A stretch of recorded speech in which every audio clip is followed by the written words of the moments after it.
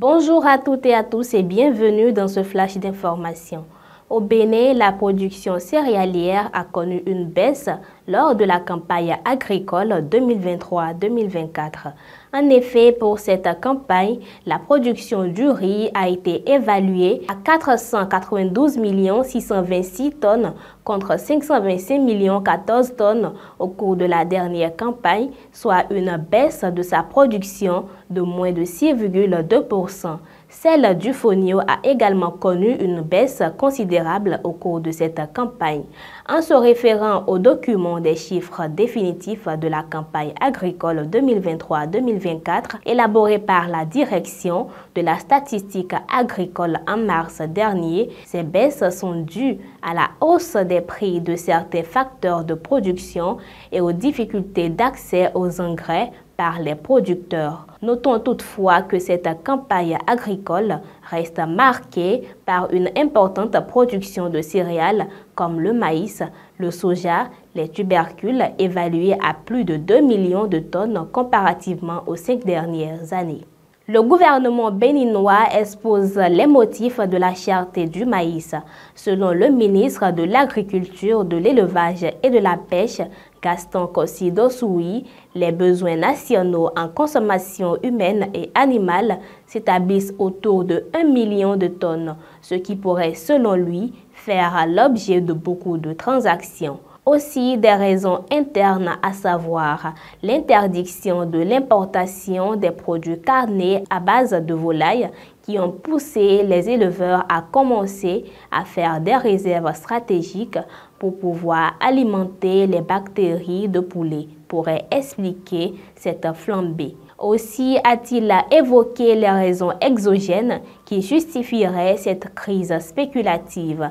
Il s'agit, selon le ministre Gaston Kossi Dossoui, du Sahel avec sa consommation importante en maïs et qui compte sur les pays côtiers pour prélèvement. Il y aurait aussi le Nigeria avec sa consommation aussi massive de volaille qui ne peut se passer du maïs béninois. Pour finir, le ministre béninois appelle les producteurs à plus maximiser la production du maïs. Dans le cadre de la réalisation des projets structurants contenus dans son plan de développement communal, la mairie de Cotonou a signé une convention avec la Société immobilière et d'aménagement urbain pour la construction sur fonds propres dans la ville de Cotonou de gares routières, de marchés secondaires, des bureaux d'arrondissement, des toilettes publiques, d'aires modernes de jeu. La mairie de Cotonou a presque bouclé le même processus en vue d'une convention avec la Société des infrastructures routières et de l'aménagement du territoire pour la réhabilitation des feux tricolores de la ville de Cotonou, l'entretien des voies pavées et bitumées hors asphaltage de la ville de Cotonou, les travaux de réhabilitation du réseau d'éclairage public dans la ville de Cotonou, l'acquisition et la pose de nouveaux lampadaires solaires ainsi que la réhabilitation des anciens. La construction des infrastructures dans les écoles maternelles et primaires et les collèges de Cotonou fait partie également des projets de la municipalité. Notons que la réalisation de ces 10 travaux est lancée suite à une mobilisation conséquente des ressources financières.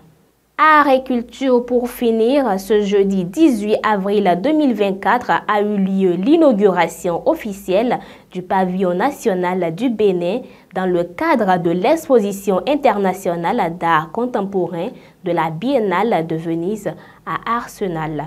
4 artistes béninois représentent le Bénin à ce rendez-vous international.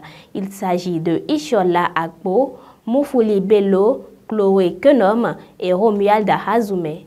Cette avancée s'inscrit dans une stratégie globale et ambitieuse du gouvernement béninois visant à développer l'ensemble de l'écosystème artistique depuis l'identification des talents jusqu'à leur révélation au monde. Les artistes qui ont représenté le Bénin ont présenté un slogan dédié à ce pavillon qui est « Everything Precious is Fragile », mettant ainsi en lumière la spiritualité, le vaudou, l'Amazone et la traite négrière, 4 thématiques propres au Bénin. Pour Jean-Michel Abimbola, ministre du Tourisme, de la Culture et des Arts, cet événement annonce le début d'une collaboration fructueuse entre le gouvernement, la société civile et le secteur privé afin de promouvoir le patrimoine culturel et stimuler à partir du Bénin l'économie créative en Afrique et dans le monde. C'est tout pour ce flash d'information. Merci de l'avoir suivi.